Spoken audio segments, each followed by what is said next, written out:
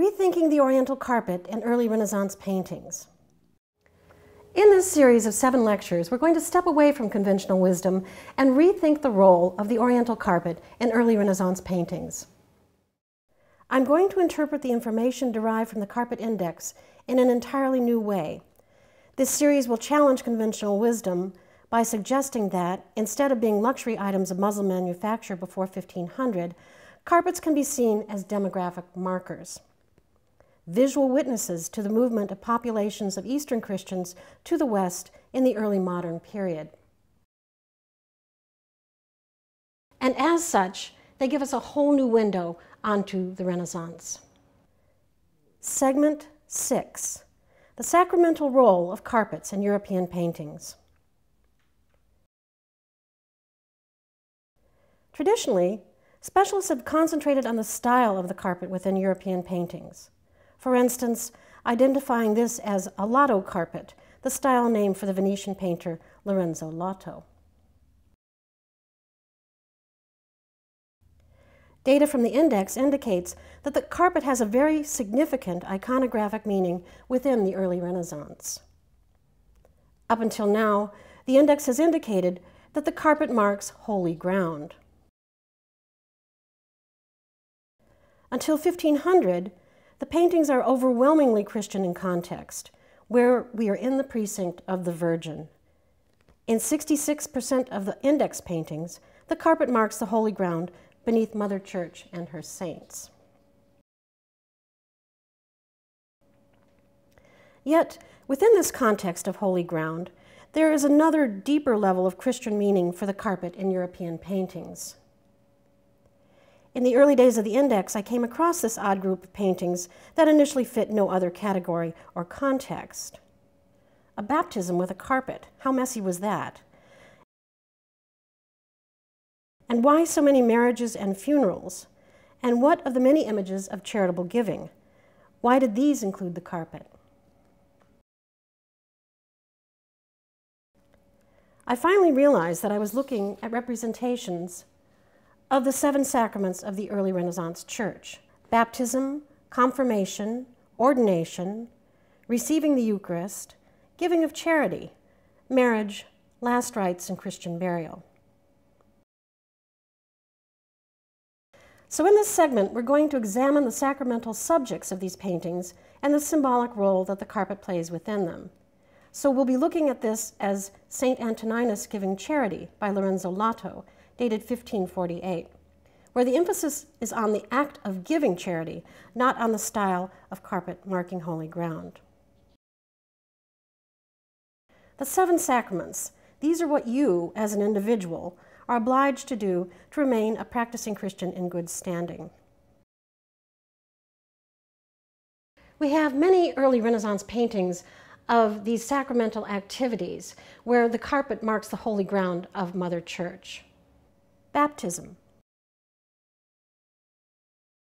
confirmation and ordination. Here the carpet underlies the sacrament of Mass. The giving of charity, the sacrament of marriage,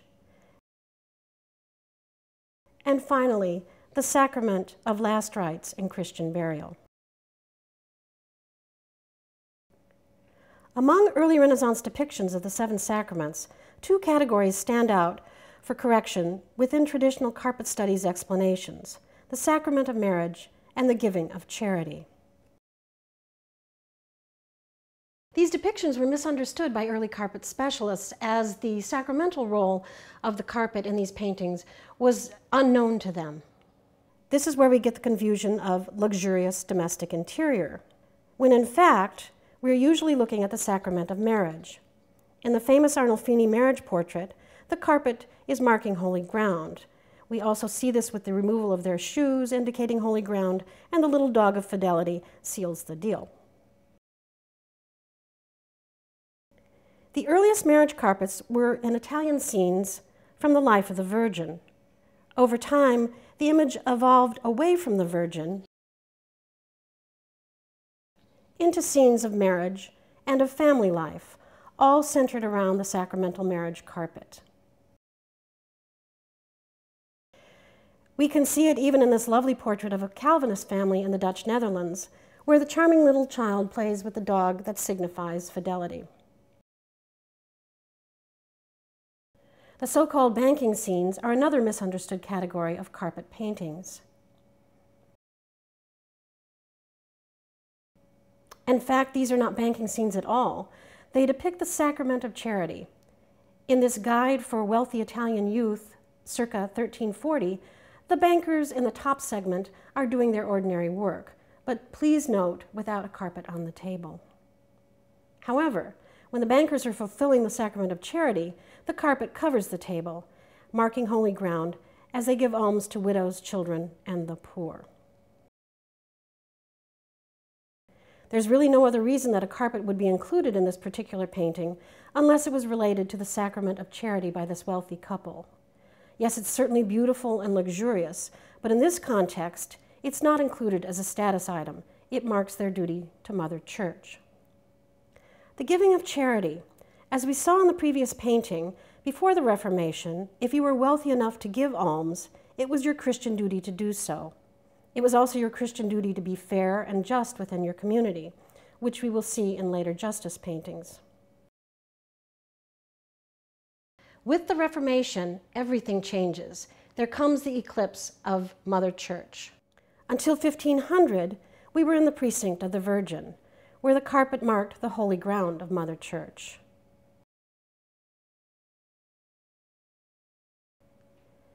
There were stirrings of anger and dissent everywhere.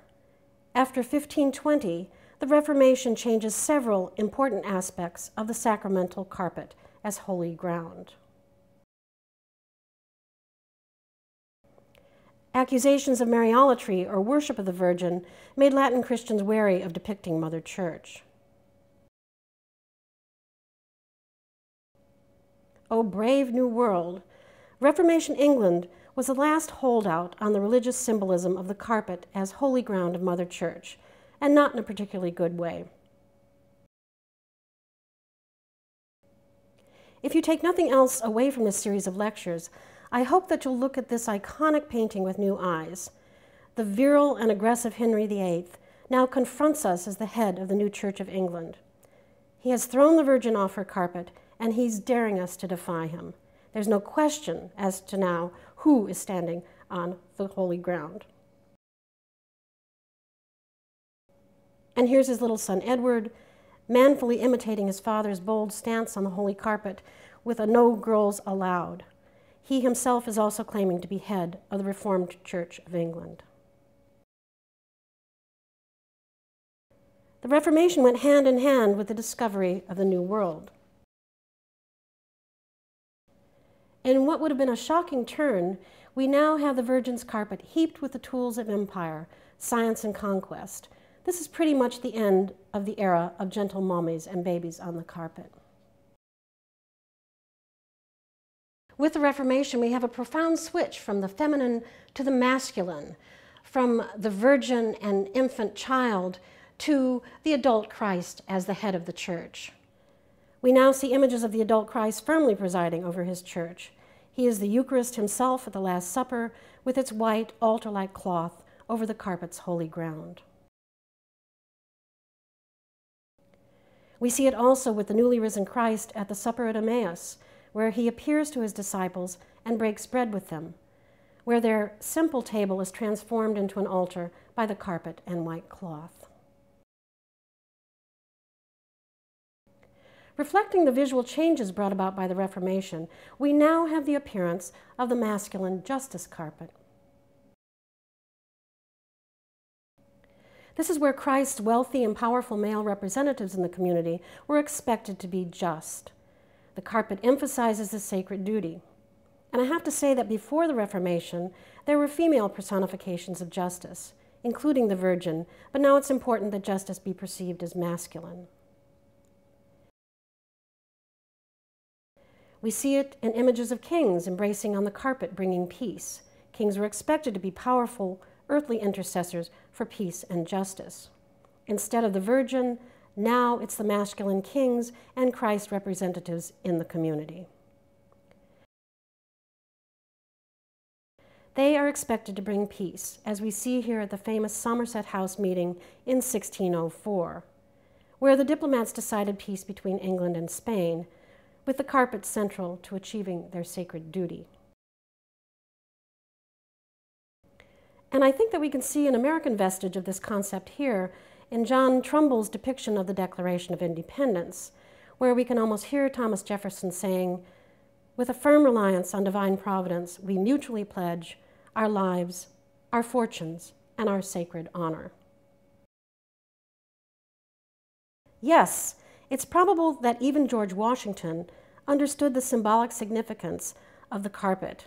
I think he knew that the carpet on which he stood was not just a simple luxury item, but a powerful embodiment of the promise of justice for his new country. The carpet continues to play a role in justice and injustice phrases that we still use today. When someone is called on the carpet, it indicates justice. If something is swept under the carpet, it equates to injustice. And to have the carpet pulled out from under you, well, that can be either. The Counter-Reformation carpet coincides with the golden age of the Muslim luxury carpet in the West. The Dutch Golden Age, luxurious pile carpets from Ottoman Turkey and Safavid Persia became ubiquitous status items among the newly rich, both Calvinist and Catholic. Excessive and vulgar merriment by the nouveau riche is heightened by the inclusion of the carpet, now firmly a commercial luxury good from the Muslim East, but with old religious baggage. There was tremendous tension between the Calvinists and the Catholics, and I won't get into all of the laws and various restrictions. I want to emphasize the subtle persistence of the image of the sacramental carpet in the Netherlands. The Calvinists struggle with the Catholics in the prosperous Netherlands. This created a tremendous amount of tension. This is a marvelous painting by Adrian van de Veen, The Fishing for Souls, showing the competing Calvinists in the front and the Catholics in mid-ground, pulling in souls and each trying to get the upper hand in the Netherlands. The giving of charity remained a firm Catholic sacrament. As I said before, there's really no reason for this beautiful carpet to be here with this well-dressed couple, unless it was indicating that a sacrament was being fulfilled. However, the giving of charity did not sit well with the Calvinists in the prosperous Netherlands. Traditional Latin Church values such as charity to the poor were rejected by many Protestant leaders in the North, since their belief was that the poor lacked industry. In the Calvinist view, the visible misery of the poor indicated God's wrath, and that they were obviously predestined to hell. The poor, not the blessed rich, were now responsible for their own lack of resources. Catholic artists often disagreed, but being in the minority, Roman Catholic painters such as Jan Steen, Jacob Jordans, and Jan Vermeer chose to hide this religious division in plain sight. I believe that they used the sacramental carpet as an artistic device, a visual code, so to speak, to comment on what they viewed as Protestant disregard for the 7 deadly sins. The tug and pull between sacraments and deadly sins played itself out in 2 particular genre categories, in images of greed versus charity and images of lust versus marriage. Certainly we can look at paintings like this and see a lively genre painting of merry company. Or are we actually seeing the sins of greed, pride, and acquisition writ large? Again, this is called The Usurer with a Tearful Woman. But is it actually highlighting the sin of greed accompanied by its lack of compassion? And we get images of chaotic and dissolute families by Jan Steen. In fact, neighbors who did not keep up a certain Dutch standard of order and cleanliness were pejoratively referred to as Jan Steen households. So I'm hardly the first art historian to ask the question, are these paintings genre or judgmental? Catholic artists such as Jacob Jordaens had certainly been exposed to Italian works where the sacramental carpet, overlaid by a white cloth, reverently depicted Christ as the Eucharist. So in turn, when they painted pictures of gluttony, drinking to excess, and merry company, which we traditionally call genre, I think the addition of the white tablecloth over the carpet with their sacramental overtones was deliberate, and I suggest, in fact, they are deeply judgmental inclusions. To me, it's now very clear that Dutch Catholic artists were equating material abundance with spiritual poverty, hiding this moral judgment in a rather lighthearted, plain sight of everyday life. Another prominent disruption is the rumpled carpet, with images of adultery and riotous living. Scenes of licentious behavior often include not just the carpet, but the rumpled carpet. This was observed by the brilliant John Mills in 1980, who, although unaware of the carpet's role in the sacrament of marriage, nevertheless intuitively speculated on the moral intent of its inclusion. Vermeer, and this has been noted by several other authors, here is probably depicting a woman contemplating adultery. The rumpled carpet with the bowl, with peaches and apples spilling out of it, also has lots of interesting sexual connotations. We can see this in any number of instances in Dutch paintings, where the rumpled carpet is a prominent feature in images of flirtation and mingling couples. So to me at least, I suggest that the scandal of adulterous behavior is heightened by the inclusion of the rumpled carpet, with its old religious baggage of sacred marriage vows. Even the little dog of fidelity is barking at this kind of illicit canoodling. So my conclusions. The golden age of the Muslim carpet surely coincided with the Dutch era of prosperity.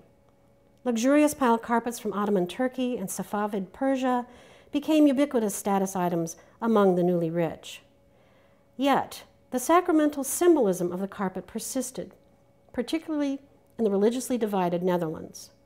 Economically booming from world trade, nevertheless, its debilitating wars between Protestants and Catholics spilled over into catastrophic battles between the Spanish and the Dutch,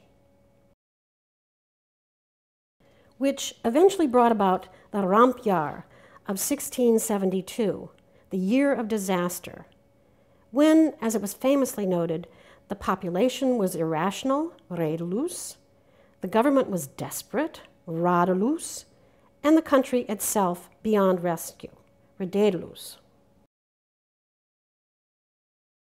So I suggest that we add another very Dutch play on words to this redeloos list. Rimpeld equals wrinkled, disturbed, out of the ordinary. The rumpled carpet signals a world out of order. It's in complete contrast to this extremely sober Calvinist wedding portrait with its unrumpled carpet, the father reading the Bible, the elegant but severe mother, and the charming little child playing with the dog of fidelity. And it brings us to this. Many art historians have written on the remarkable psychological depth of these beautiful still lifes, with their very Dutch take on human nature and on how ephemeral life is. No matter how rich you are, life is truly fleeting.